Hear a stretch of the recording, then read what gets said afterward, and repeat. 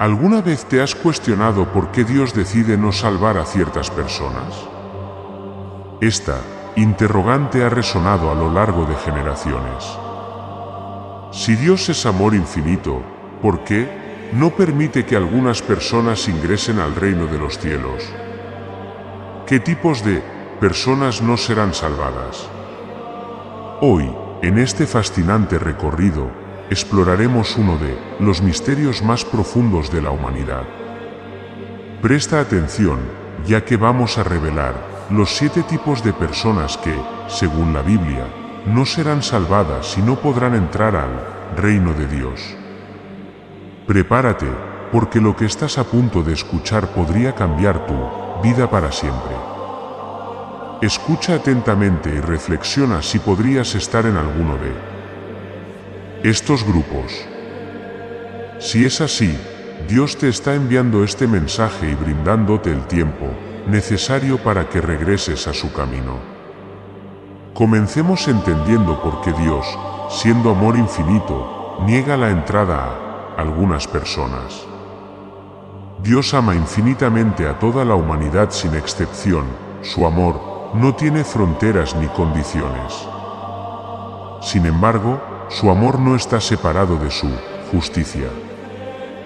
Dios es justo y santo, y no puede pasar por alto el pecado.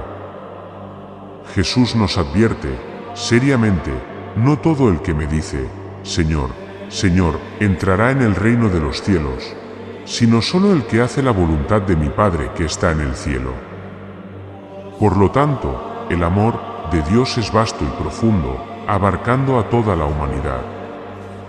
Pero su justicia no tolera el pecado. Sin embargo, su amor nos ofrece una salida, la salvación a través de Jesucristo. Es en la cruz donde el amor y la justicia de Dios se encuentran. La salvación es el regalo más valioso que Dios nos ofrece. No es algo que podamos ganar por nuestros propios méritos o buenas obras, es un don de gracia. Lo importante de la salvación es que es el único medio para reconciliarnos con Dios y evitar la condena eterna. Ahora que hemos comprendido por qué Dios castiga el pecado y no permite que entre en su reino, iniciemos con el primer tipo de persona que no será salvada. 1. Los incrédulos. Los incrédulos son aquellos que no creen en el nacimiento, muerte, sepultura y resurrección de Jesucristo. La Biblia es clara, la fe en Jesús es esencial para la salvación. En Juan leemos, porque de tal manera amó Dios al mundo, que ha dado a su Hijo unigénito, para que todo aquel que en él cree no se pierda, mas tenga vida eterna. Este versículo destaca la simplicidad y profundidad del plan de redención de Dios. Sin embargo, la incredulidad nos aparta de este regalo de vida eterna. Jesús dijo, yo soy el camino, la verdad y la vida, nadie viene al Padre sino por mí. Esto subraya que no hay otra vía hacia la salvación que no sea a través de Jesús. La fe en su sacrificio es el único camino para ser redimidos del pecado y la influencia del mal. El apóstol Pablo refuerza este mensaje en Romanos, si confiesas con tu boca que Jesús es el Señor y crees en tu corazón que Dios lo levantó de los muertos, serás salvo. La fe no es solo una creencia superficial, es una convicción profunda que transforma vidas. La Biblia nos ofrece ejemplos claros de incredulidad y sus consecuencias. En Marcos 6, Jesús visita su ciudad natal, Nazaret, pero no puede hacer muchos milagros allí, debido a la incredulidad de ellos. Este pasaje muestra cómo la incredulidad puede limitar la obra de Dios en nuestras vidas. En Mateo se describe una situación similar, y no hizo allí muchos milagros a causa de la incredulidad de ellos. Estos ejemplos ilustran que la incredulidad no solo nos separa de la salvación, sino que también nos priva de las bendiciones y milagros que Dios desea realizar en nuestras vidas. Dios nos llama a todos a creer en Jesús. Pablo y Silas dijeron: cree en el Señor Jesucristo, y serás salvo tú y tu casa. Este llamado a la fe es universal y urgente. La fe no es solo un acto mental, sino un compromiso del corazón y una declaración de vida. La incredulidad es peligrosa porque rechaza el único medio de salvación disponible. Aquellos que se niegan a creer en Jesucristo, a pesar de haber escuchado el Evangelio, eligen permanecer separados de Dios. En Hebreos se nos dice: sin fe es imposible agradar a Dios, porque es necesario que el que se acerca a Dios crea que Él existe, y que es galardonador de los que le buscan. La salvación es un regalo disponible para todos, pero requiere fe en Jesucristo. Los incrédulos, al rechazar esta fe, se excluyen a sí mismos del plan de redención de Dios. Aceptar a Jesús es la decisión más importante que uno puede tomar, ya que determina nuestro destino eterno. Por eso es vital abrir el corazón a la verdad del Evangelio y permitir que la fe en Cristo transforme nuestras vidas. La incredulidad es una barrera que debemos superar para experimentar la salvación y las bendiciones de Dios. En Romanos se dice: así que la fe es por el oír, y el oír por la palabra de Dios. Es a través de la palabra de Dios que nuestra fe crece y se fortalece. Si formas parte de los incrédulos, no pospongas esta decisión. Jesús está llamando a la puerta de tu corazón. Ábrela y deja que su amor y gracia entren en tu vida. La incredulidad es una barrera, pero la fe en Jesús es el puente hacia una vida plena y eterna. 2. Los que buscan otros medios de salvación. El segundo grupo que Dios no salvará son aquellos que buscan la salvación por medios distintos a Jesucristo. Esto incluye a quienes intentan ser salvos a través de sus propias obras, otras religiones, filosofías o cualquier otro camino que no sea Jesús. La Biblia es clara y enfática en que Jesucristo es el único camino hacia la salvación. Jesús dice: yo soy el camino, la verdad y la vida, nadie viene al Padre sino por mí. Esta declaración no deja espacio para otros medios de salvación. Jesús es el único camino que conduce a Dios. Cualquier intento de encontrar la salvación fuera de Él está destinado al fracaso. En Hechos se refuerza esta exclusividad: y en ningún otro hay salvación, porque no hay otro nombre bajo el cielo dado a los hombres en que podamos ser salvos. Aquí, Pedro habla claramente sobre la singularidad de Jesús, como el único nombre a través del cual podemos ser salvos. No hay alternativas ni atajos. Muchas personas creen que pueden ganar su entrada al cielo a través de sus buenas obras. Aunque las buenas obras son importantes, no son el medio para la salvación. La salvación es un regalo de Dios, no algo que podamos ganar por nuestros méritos. Algunas personas buscan la salvación en otras religiones o sistemas filosóficos. Sin embargo, ninguna otra religión o filosofía puede ofrecer la salvación que solo Jesús proporciona. Jesús dice: yo soy la puerta, el que por mí entrare será salvo, y entrará, y saldrá, y hallará pastos. Solo Jesús es la puerta hacia la salvación. Hay quienes creen que pueden salvarse a sí mismos a través de la autosuperación o la iluminación personal. Este enfoque ignora la necesidad de un Salvador. Isaías nos recuerda: todos nosotros somos como suciedad, y todas nuestras justicias como trapo de inmundicia. Nuestras mejores obras y esfuerzos son insuficientes para alcanzar la salvación. Buscar la salvación por medios distintos a Jesucristo no solo es infructuoso, sino que también lleva a la condenación. En Juan 5:39, Jesús dice a los fariseos: escudriñad las Escrituras, porque a vosotros os parece que en ellas tenéis la vida eterna, y ellas son las que dan testimonio de mí. y no queréis venir a mí para que tengáis vida. Los fariseos conocían las Escrituras, pero rechazaron a Jesús, el único que podía darles vida eterna. En Proverbios se advierte: hay camino que al hombre le parece derecho, pero su fin es camino de muerte. Este versículo subraya la importancia de seguir el camino correcto, el camino de Jesús, y no dejarnos engañar por caminos que parecen correctos pero que llevan a la muerte. Jesús es el único mediador entre Dios y los hombres. En Timoteo se dice: porque hay un solo Dios, y un solo mediador entre Dios y los hombres, Jesucristo hombre. No hay intermediarios adicionales, ni santos, ni ángeles, ni seres humanos pueden mediar nuestra salvación. Solo Jesús tiene el poder y la autoridad para salvarnos. Buscar la salvación por otros medios que no sean Jesucristo es un camino peligroso y condenado al fracaso. La Biblia es clara en que Jesús es el único camino hacia la salvación y la vida eterna. No hay atajos ni alternativas. Es vital reconocer y aceptar a Jesús como el único Salvador. Abramos nuestros corazones a Jesús, el único camino, y aceptemos el regalo de la salvación que solo Él puede ofrecer.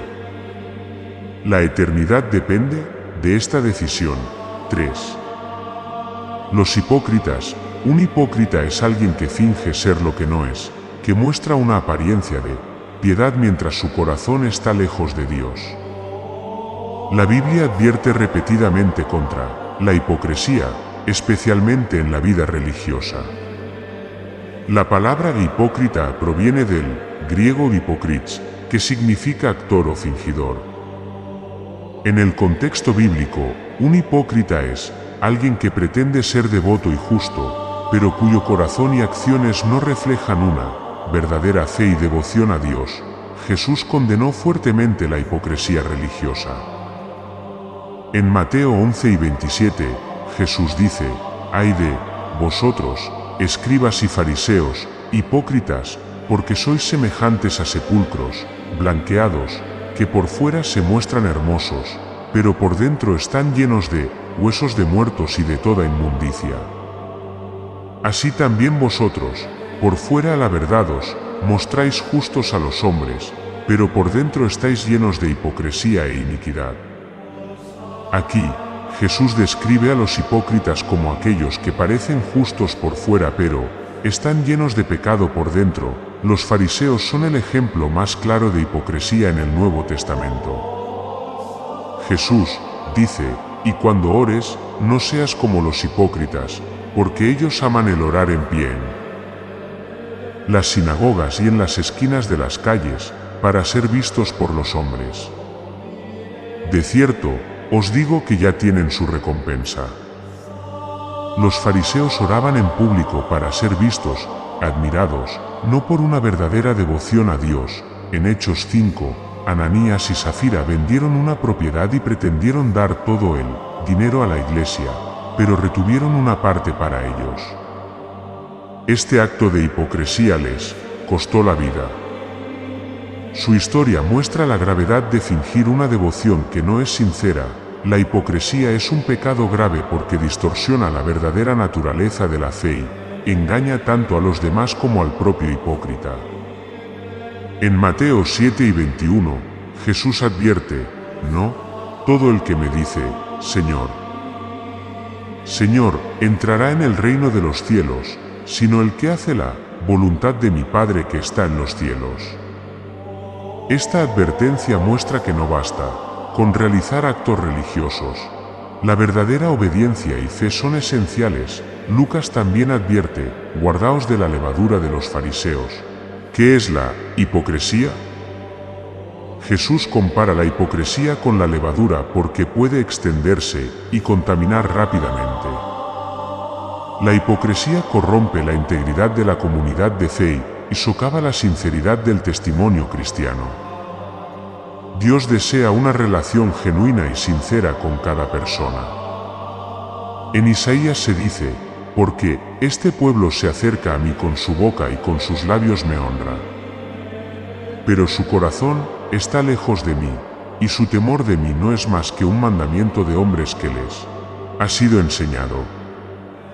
Dios busca adoradores que lo adoren en espíritu y en verdad. Mateo advierte: guardaos de hacer vuestra justicia delante de los hombres para ser vistos por ellos.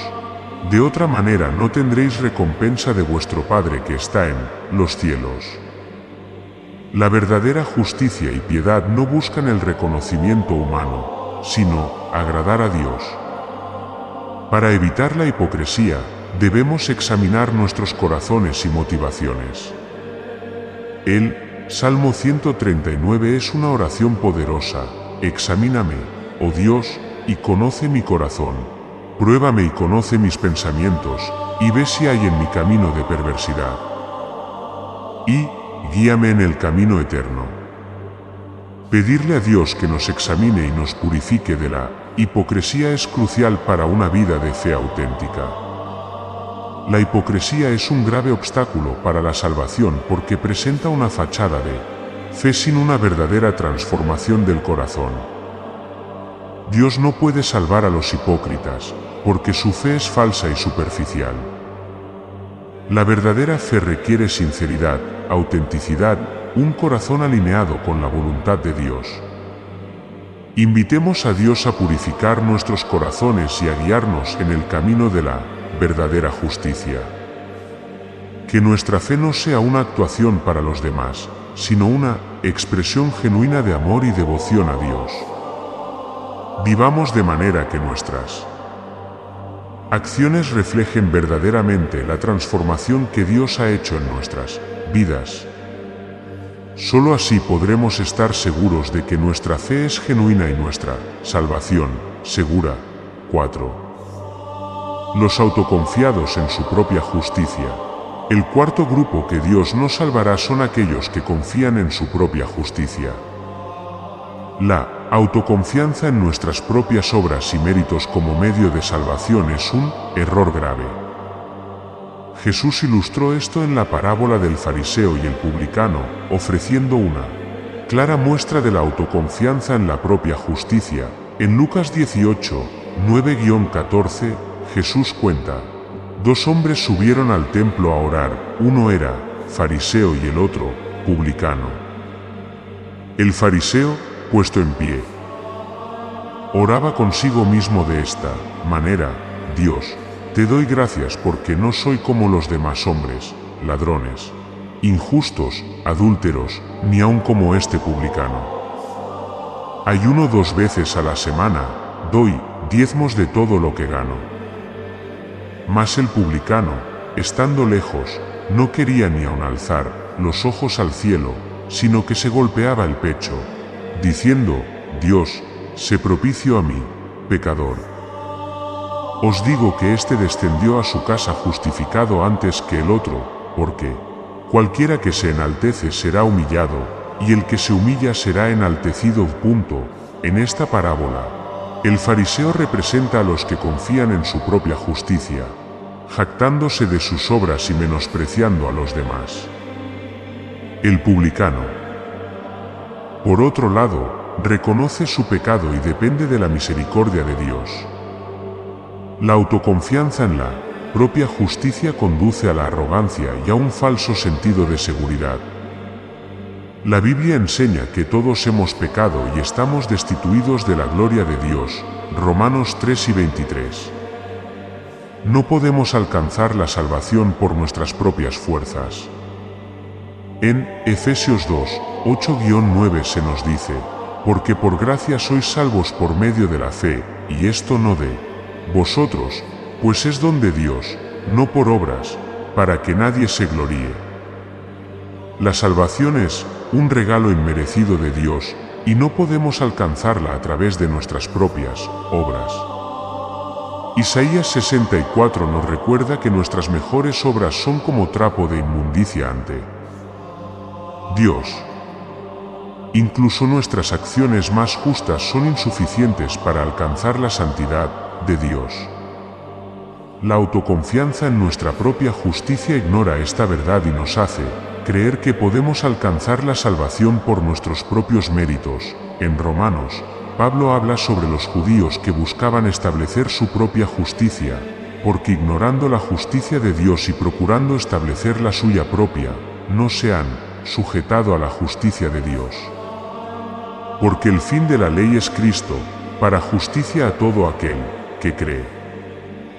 La autoconfianza en la propia justicia es rechazar la justicia que Dios ofrece. A través de Cristo, Dios llama a todos a abandonar la confianza en sí mismos y a depender completamente de Él.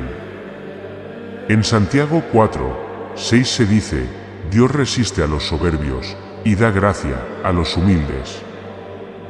Reconocer nuestra necesidad de Dios y humillarnos ante Él es el primer paso hacia la verdadera justicia. Filipenses 3:9 enfatiza la necesidad de obtener la justicia que viene de Dios y ser hallado en Él, no teniendo mi propia justicia que es por la ley, sino la que es por la fe de Cristo, la justicia que es de Dios por la fe. La verdadera justicia no se basa en nuestras obras, sino en la fe en Jesucristo y en su obra redentora. La autoconfianza en nuestra propia justicia nos aleja de la verdadera fuente de salvación, la gracia de Dios a través de Jesucristo. Dios no puede salvar a los que confían en sí mismos porque no reconocen su necesidad de un Salvador. Es esencial que reconozcamos nuestra incapacidad para salvarnos y que nuestra confianza esté únicamente en Jesucristo y en su sacrificio por nosotros. Vivamos de manera que refleje una dependencia total de su gracia, reconociendo que solo en Él encontramos la verdadera justicia y salvación. 5. Los blasfemos. El quinto grupo que Dios no salvará son los blasfemos. La blasfemia es un pecado grave que implica hablar mal o mostrar falta de respeto hacia Dios, especialmente hacia el Espíritu Santo. La Biblia nos enseña que este pecado es imperdonable, lo que subraya su gravedad. La blasfemia es cualquier palabra o acción que denigra, insulta o muestra desprecio hacia Dios. Aunque muchos pecados pueden ser perdonados, la blasfemia contra el Espíritu Santo es un pecado imperdonable. En Mateo 12:31-32, Jesús dice, por tanto, os digo, todo pecado y blasfemia será perdonado a los hombres, pero la blasfemia contra el Espíritu no les será perdonada. A cualquiera que dijere alguna palabra contra el Hijo del Hombre, le será perdonado, pero al que hable contra el Espíritu Santo, no le será perdonado, ni en este siglo ni en el venidero. Este pasaje deja claro que la blasfemia contra el Espíritu Santo es única en su gravedad y consecuencias. En Mateo 12, los fariseos acusan a Jesús de expulsar demonios por el poder de Belcebú, el príncipe de los demonios. Jesús les advierte que están en peligro de blasfemar contra el Espíritu Santo al atribuir la obra del Espíritu a Satanás. Este es un ejemplo de cómo la blasfemia puede manifestarse al distorsionar y negar la obra de Dios. Si has cometido blasfemia, aún estás a tiempo de buscar redención. Un ejemplo es el apóstol Pablo, quien antes de su conversión perseguía a los cristianos y hablaba contra Jesús. En 1 Timoteo 1:13, Pablo admite, habiendo yo sido antes blasfemo, perseguidor e injuriador, pero fui recibido a misericordia porque lo hice por ignorancia, en incredulidad. Aunque Pablo fue un blasfemo, recibió misericordia porque actuó en ignorancia. Sin embargo, aquellos que blasfeman con pleno conocimiento están en un peligro mucho mayor. La blasfemia contra el Espíritu Santo es imperdonable, lo que significa que quienes cometen este pecado están más allá de la redención. Esto se debe a que implica un rechazo deliberado y consciente de la obra de Dios y su Espíritu. Hebreos 10 advierte, porque si pecaremos voluntariamente después de haber recibido el conocimiento de la verdad, ya no queda más sacrificio por los pecados, sino una horrenda expectación de juicio y de hervor de fuego que ha de devorar a los adversarios. Blasfemar contra el Espíritu Santo es rechazar la convicción y la obra del Espíritu en nuestras vidas, lo que conduce a un corazón endurecido y una incapacidad para arrepentirse. Hebreos 6 dice, porque es imposible que los que una vez fueron iluminados y gustaron del don celestial y fueron hechos partícipes del Espíritu Santo, y recayeron, sean otra vez renovados para arrepentimientos. Para evitar la blasfemia, es crucial reconocer la santidad de Dios y la obra del Espíritu Santo. Debemos ser cuidadosos con nuestras palabras y acciones, asegurándonos de honrar a Dios en todo momento. Proverbios 6 y 21 dice, la muerte y la vida están en poder de la lengua, y el que la ama comerá de sus frutos. Nuestras palabras tienen poder y debemos usarlas para glorificar a Dios, no para denigrarlo. La blasfemia es un pecado grave que tiene consecuencias eternas. Dios no puede salvar a los blasfemos porque su pecado es imperdonable. Es vital reconocer la gravedad de este pecado y asegurarnos de honrar a Dios y su Espíritu en todo momento. 6. Los apóstatas, el sexto grupo que Dios no salvará son los apóstatas. La apostasía implica abandonar la fe y renegar de las verdades fundamentales del cristianismo después de haberlas conocido y aceptado. Es un rechazo deliberado y consciente de la fe cristiana, y la Biblia advierte severamente sobre sus consecuencias. La palabra apostasía proviene del griego apostasía, que significa abandono, rebelión o deserción. Un apóstata es alguien que, después de haber conocido la verdad del Evangelio, decide rechazar y apartarse de la fe cristiana.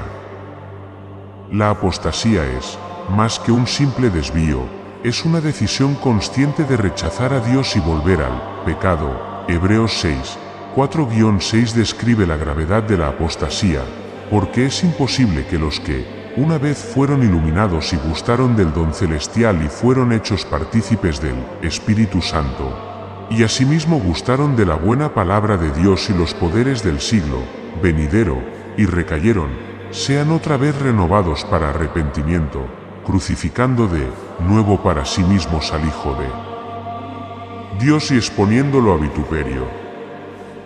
Este pasaje subraya la imposibilidad de renovación para aquellos que han experimentado la verdad del Evangelio y luego la rechazan. Judas Iscariote es uno de los ejemplos más conocidos de apostasía. Fue uno de los 12 discípulos de Jesús, pero lo traicionó por 30 piezas de plata. Mateo 26 relata, como Judas, a pesar de haber estado cerca de Jesús y haber visto sus milagros, eligió traicionarlo deliberadamente.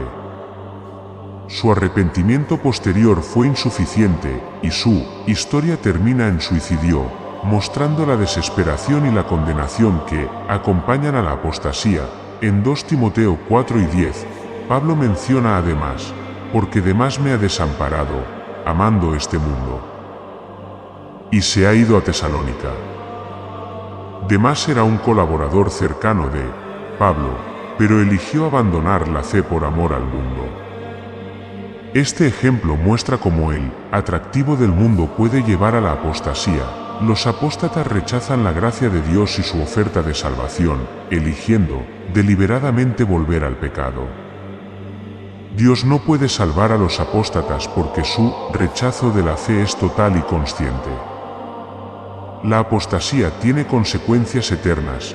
2 Pedro 2, 20-22 advierte, ciertamente, si habiéndose ellos escapado de las contaminaciones del mundo por el conocimiento del Señor y Salvador Jesucristo, enredándose otra vez en ellas son vencidos, su postrer estado viene a ser peor que él. Primero, porque mejor les hubiera sido no haber conocido el camino de la justicia que, después de haberlo conocido, volverse atrás del santo mandamiento que les fue dado. Hebreos 10 también destaca la seriedad de la apostasía, porque si pecáremos, voluntariamente después de haber recibido el conocimiento de la verdad, ya no queda más sacrificio por los pecados, sino una horrenda expectación de juicio. Para evitar la apostasía, es crucial perseverar en la fe y mantenerse fieles a Dios. Hebreos 3, 12-14 advierte: mirad, hermanos, que no haya en ninguno de vosotros corazón malo de incredulidad para apartarse del Dios vivo. Antes exhortaos los unos a los otros cada día, para que ninguno de vosotros se endurezca por el engaño del pecado. Es vital que cada creyente examine su corazón y permanezca firme en la fe. La perseverancia y la fidelidad a Dios son esenciales para evitar la apostasía. Debemos alentarnos mutuamente, mantenernos en la palabra de Dios y buscar la guía del Espíritu Santo para vivir vidas que honren a Dios y permanezcan fieles hasta el fin. 7. Los muertos, sí, has escuchado bien. El último grupo que Dios no salvará son los muertos. La enseñanza bíblica es clara: la oportunidad para la salvación existe únicamente durante nuestra vida terrenal. Una vez que una persona ha fallecido, su destino eterno está sellado. La Biblia refuta la idea de que haya segundas oportunidades para la salvación después de la muerte. La muerte física marca el final de nuestra oportunidad para decidir aceptar o rechazar la oferta de salvación de Dios. En la muerte, nuestra condición espiritual se fija permanentemente y seremos juzgados según nuestras creencias y acciones durante nuestra vida. Hebreos 9:27 dice: y de la manera que está establecido para los hombres que mueran una sola vez, y después de esto el juicio. Este versículo subraya que después de la muerte viene el juicio, no una segunda oportunidad para arrepentirse o ser salvo. En Lucas 16, Jesús cuenta la parábola del rico y Lázaro. Después de morir, el rico se encuentra en tormento en el Hades, mientras que Lázaro está en el seno de Abraham. El rico pide que Lázaro sea enviado a advertir a sus hermanos vivos, pero se le dice que tienen a Moisés y a los profetas para escucharlos. Este relato ilustra que después de la muerte no hay forma de cambiar nuestro destino eterno. Las decisiones que tomamos en vida son las que determinan nuestra eternidad. Apocalipsis 20 describe el juicio final: y vi a los muertos, grandes y pequeños, de pie ante Dios, y los libros fueron abiertos, y fueron juzgados los muertos por las cosas que estaban escritas en los libros, según sus obras.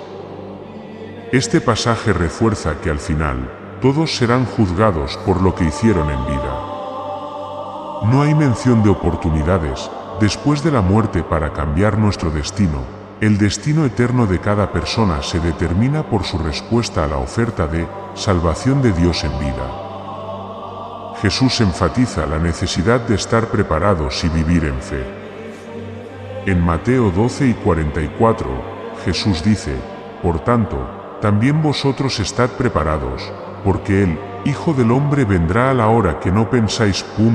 La idea de un purgatorio o algún estado intermedio donde los muertos pueden expiar sus pecados y finalmente ser salvos no encuentra respaldo en las Escrituras. En 2 Corintios 5:10 se aclara: porque es necesario que todos nosotros comparezcamos ante el tribunal de Cristo, para que cada uno reciba según lo que haya hecho mientras estaba en el cuerpo, sea bueno o sea malo. Esto indica que nuestra vida terrenal es el único periodo en el cual podemos decidir nuestro destino eterno. La Biblia nos llama a aprovechar el tiempo que tenemos en vida para decidir seguir a Cristo. En 2 Corintios 6:2 se dice: he aquí ahora el tiempo aceptable, he aquí ahora el día de salvación. Este llamado a la urgencia subraya que no debemos retrasar nuestra decisión de seguir a Jesús, ya que no sabemos cuándo llegará nuestra hora.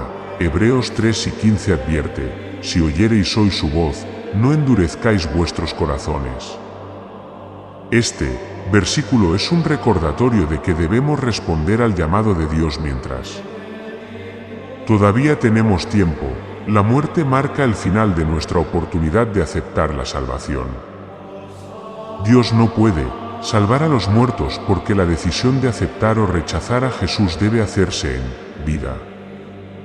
Las Escrituras son claras en que después de la muerte viene el juicio, y no hay segundas oportunidades para arrepentirse o cambiar nuestro destino eterno.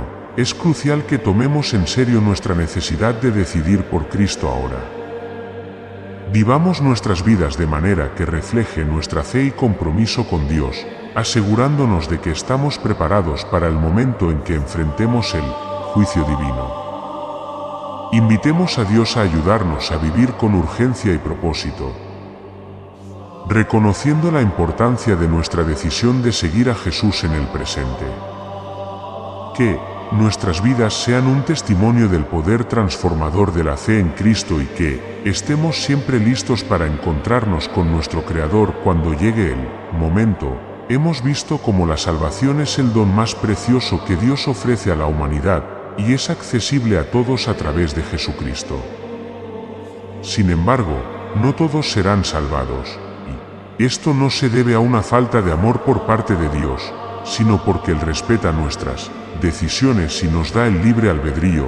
A lo largo de este análisis, hemos explorado los 7 grupos de personas que, según las Escrituras, no pueden ser salvadas: los incrédulos, los que buscan otros medios de salvación, los hipócritas, los que confían en su propia justicia, los blasfemos, los apóstatas y los muertos.